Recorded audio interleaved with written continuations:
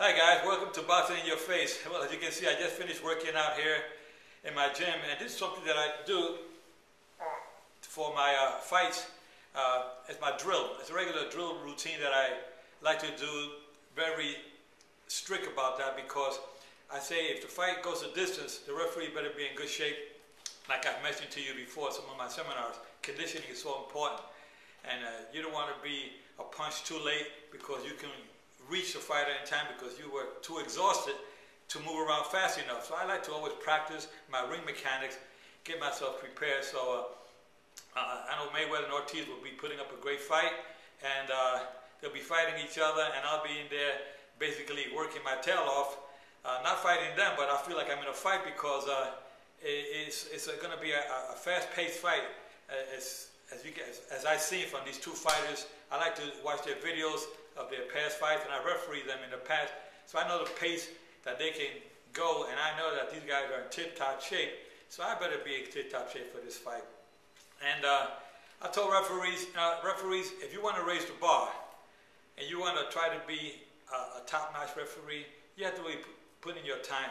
You know, it doesn't come to you just because you're good-looking or because you move around the ring a little decent. You have to be consistent. You have to be decent for 12 consecutive rounds, go the distance, stay in tip-top shape, and positioning, and your ring mechanics, all that is so important as a referee.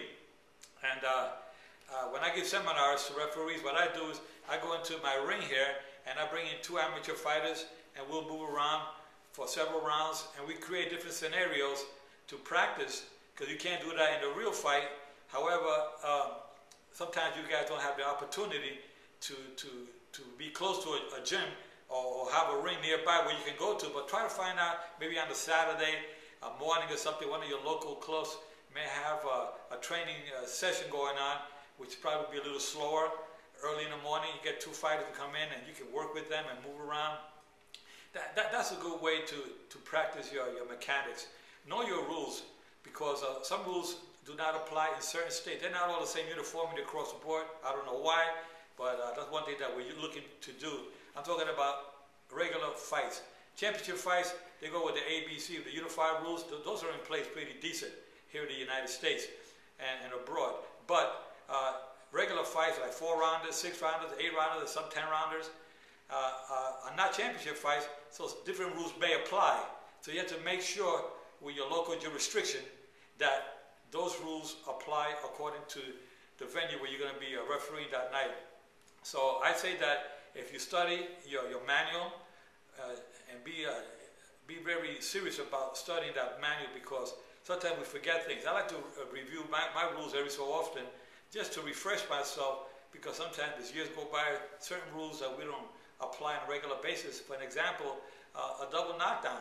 You know, that doesn't happen too often, but you better be prepared for it, because you've seen it. You go on YouTube and you look at double knockdown or double knockout, you'll see it. So it can happen to you at any given moment. You have to be prepared for the unexpected as a referee.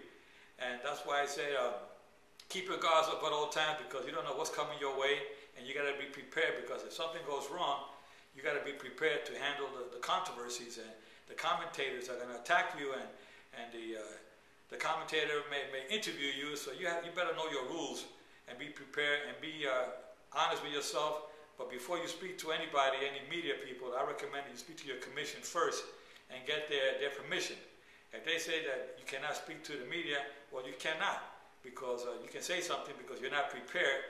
And I've seen that happen many occasions where you go in cold without being prepared for certain answers, and because you didn't have the opportunity to review a mistake that you may have made, and so you want to make sure that you have a fair chance to defend yourself properly, so that people don't attack you.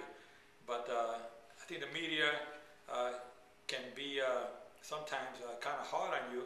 They have been on me in the past, but I was able to defend myself properly because I knew the rules.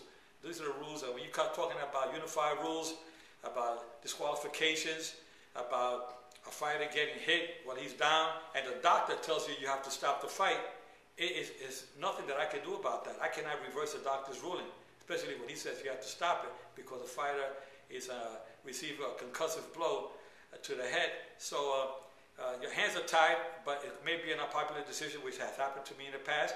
But I defended myself by reading the rules out to the commentator. I said, these are the rules. And he asked me, is there any way you can change that? I said, there's no way, I cannot waver on that. I cannot, because those are the rules. And when these rules apply, God forbid that you try to change them, because now you're breaking the rules. Now you're really going to get yourself in hot water. You're better off going to your commission and maybe discuss it with them if you're not sure. That's why they're there for. They're your guardian angels, the commissioners. And you have time to regroup yourself and talk it out carefully, and no rush, because the fight is over. But be careful how you handle yourself, and be sure that if you made a call, that you made it because that's where you saw it, but you also have to defend yourself. And as a referee, I would say you're only good as your last performance. So you have to look good and get out there and try to make the best you can at every fight you're out there, whether it's a 4-rounder, 6-rounder, 8-rounder championship. I treat them all like if they're all championship fights. So this is why I emphasize that please check your manuals, practice your ring mechanics. I do my regular exercise. I get on the speed bag, I get on the heavy bag, ring mechanics, moving that ring, timing. Everything is all timing, and be focused, and study hard your profession. Study your profession very hard. Think about getting the frame, your mind frame should be like that when you wake up that morning of the fight.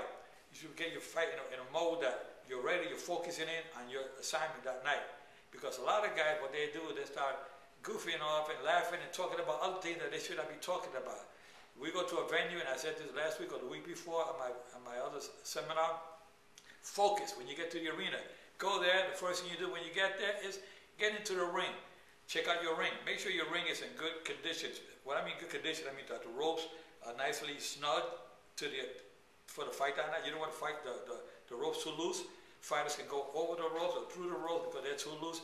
Make sure they're all in good working condition. Make sure that your corner paddings are in nice and snug. Make sure that the planks on the canvas, they're all straight. Make sure there's no bumps or no holes.